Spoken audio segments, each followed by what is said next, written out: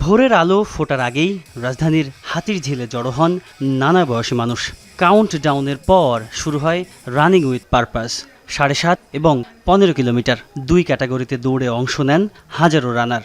BYLCর এই ইভেন্টে যদি বলি, আমার এটা সেকেন্ড টাইম আসা। আমার অলওয়েজ ওনাদের ইভেন্টে খুব ভালো লাগে। ক্লাস 6-এ পড়ি, আমি আমার মামা থেকে অনুপ্রাণিত হই, তাই আমি সবসময় চেষ্টা করি আসলে দৌড়ানোর। প্যাশন থেকে দৌড়ানো আর কি, তো ওটা থেকেই ও আমার থেকে অনুপ্রাণিত হয়ে ও শুরু করেছে। আপনি শুধু একবার স্টার্ট করুন, যে কোনো একটা প্রোগ্রাম অ্যাটেন্ড করুন, তারপর আপনাকে আর কেউ বলতে হবে না। ভোর হওয়াতে মেয়েদের জন্য আসাটা একটু টাফ হলেও আসলে ঢাকা শহরে এগুলো এখন কোনো ব্যাপার না। অভিজ্ঞতার পাশাপাশি দৌড়ে যোগ দেন নতুনরাও। সুস্বাস্থ্য আর ফিটনেসের জন্য এমন আয়োজনের গুরুত্ব তুলে ধরেন তারা।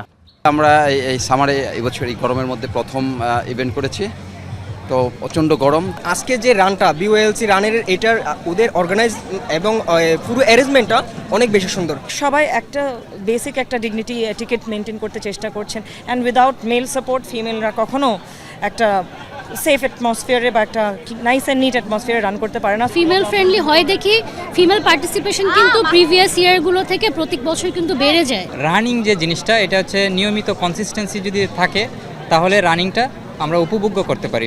তরুণদের সুস্থ জীবনধারায় উদ্বুদ্ধ করতে এমন প্রতিযোগিতা বলে জানান আয়োজকরা।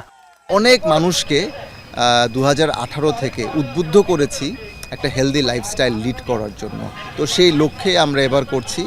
অনেক রানার আছে যারা একটু লং ডিস্টেন্স রান করতে চায়, তাদের জন্য 15 কিলোমিটার করছি আমরা। দৌড় শেষে বিভিন্ন স্টলে ভিড় করেন অংশগ্রহণকারীরা। খাবার, স্বাস্থ্য সচেতনতা আর নানা কার্যক্রমে জমে ওঠে পুরো এলাকা।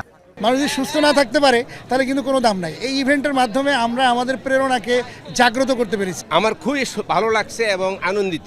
এই যে পরিবেশগুলা খুবই আনন্দিত আমি। আই রিয়েলি হ্যাপি বিকজ ওদের অর্গানাইজিং যে ক্যাপাবিলিটি, ওদের যে টিমটা কাজ করে বেশ প্রফেশনাল। বিভিন্ন জেলা থেকে, ঢাকা শহরের বিভিন্ন প্রান্ত থেকে আজকে ইভেন্টে এসেছে। অত্যন্ত সুন্দর গোছালো ইভেন্ট হয়েছে। পরে এমপি থিয়েটারে আয়োজিত হয় পুরস্কার বিতরণী। এতে প্রধান অতিথি হিসেবে যোগ দেন শিক্ষা প্রতিমন্ত্রী ববি হাজ্জাজ।